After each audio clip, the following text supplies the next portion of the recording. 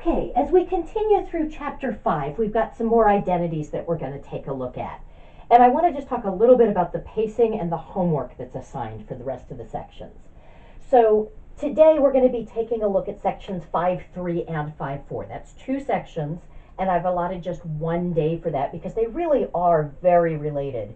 They're just sum and difference formulas.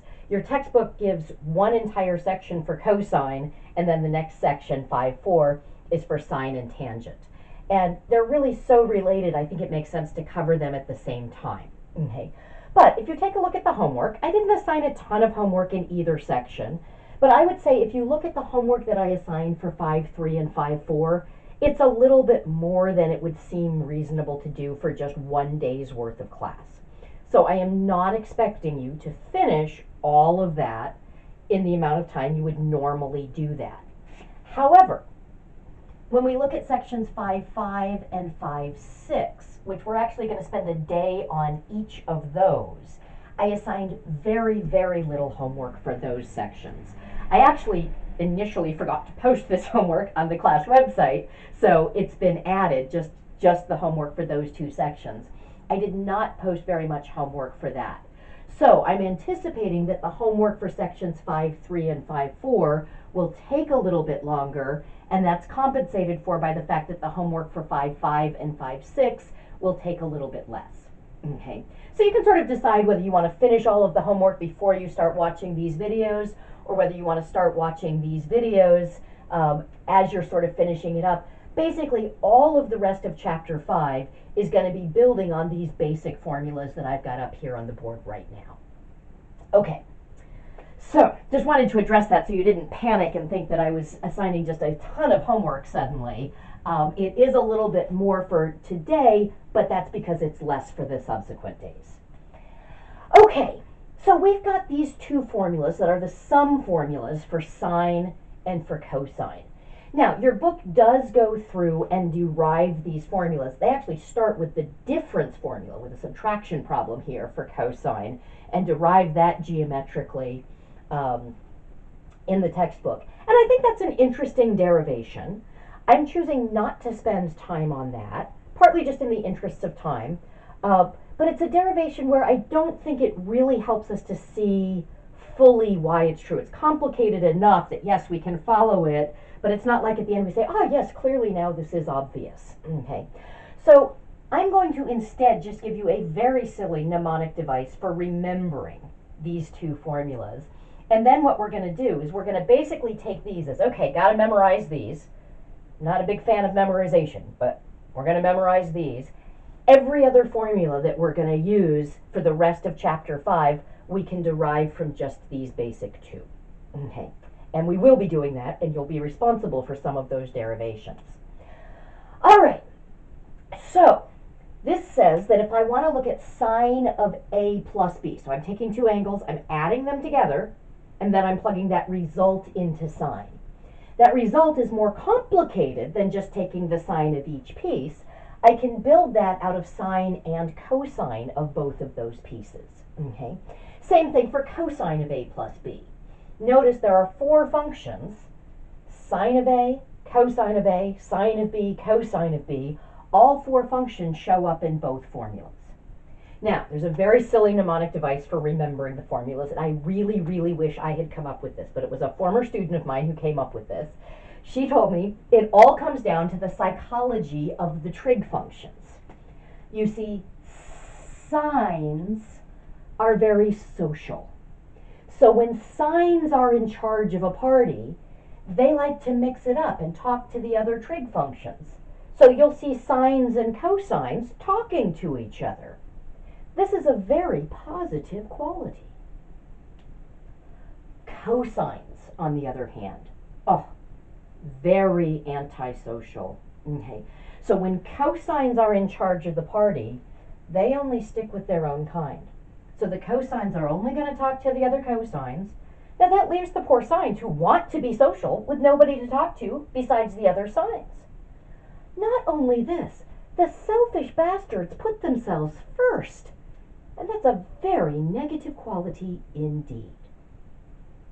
Very silly story, but I am never going to forget the sum and formulas for sine and cosine. Okay. So how does this help us out? Well, this is going to allow me to evaluate, without a calculator, a bigger group of functions than I could have evaluated before. Let's say, for example, that I wanted to evaluate sine of 75 degrees. Okay. Well, that's not one of the ones that I know. I sort of know my 30 and my 60 from my 36, whoops, 1, 2, root 3, from my 30, 60, 90, and I know 45 from my 45, 45, 90 triangle. Okay. Notice that 75 degrees is just 45 degrees plus 30 degrees. So if I write it that way, I can use the sum formula for sine. Okay. So that's going to be sine of 45 degrees times cosine of 30 degrees plus cosine of 45 degrees times sine of 30 degrees. So here my A was 45 and my B was 30, and I'm just plugging into this formula. So now I can say, well, sine of 45, I know that would be 1 over root 2, and I've done that enough by now that I remember that that rationalizes to root 2 over 2. Cosine of 30 degrees, that's going to be root 3 over 2,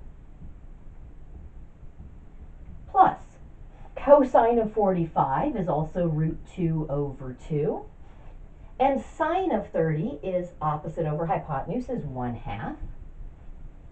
And then I can simplify this. So when I multiply on top, root 2 times root 3 becomes root 6. Remember, square roots do distribute over multiplication and division, but not over addition and subtraction. Then on bottom, 2 times 2 is 4. Plus, root 2 times 1 is just root 2 over 4. And if I want, since that's a common denominator, I can say that's root 6 plus root 2 all over 4.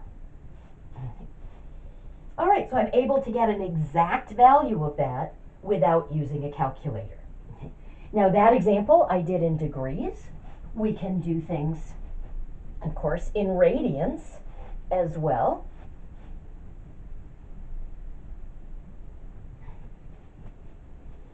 Let's say I wanted to do cosine of, let's see, 7 pi over 12. Okay. Now when I see a 12 in the denominator, I'm happy, because I know the angles that I know. 30 degrees I know is just pi over 6, but I could write that as 2 pi over 12. Okay. 45 degrees is pi over 4, and I could write that as 3 pi over 12. And 60 degrees is pi over 3, and I could write that as 4 pi over 12. So I can write all of these with a common denominator of, whoops, that's 60 degrees, of 12. So then I can see 7 pi over 12, that looks like that's going to be 3 pi over 12 plus 4 pi over 12. So that was these two here. I'm going to keep it in radians, but I'm going to write them in their reduced form. So I can say this is cosine of pi over 4 plus pi over 3. So here my A is pi over 4, my B is pi over 3. The order doesn't matter. I could switch it and do pi over 3 plus pi over 4 if I wanted to. Okay. So plugging in, that's going to be cosine of pi over 4 times cosine of pi over 3 minus sine of pi over 4 times sine of pi over 3. Okay. And so pi over 4, that was just 45 degrees. I probably shouldn't have erased my triangle here. So that's 1 over root 2, which becomes root 2 over 2. Pi over 3, I want to remember that's my 60 degree angle. So this is 1, 2, root 3. Root 3, there we go. Cosine of pi over 3 is cosine of 60 degrees. That's going to be 1/2.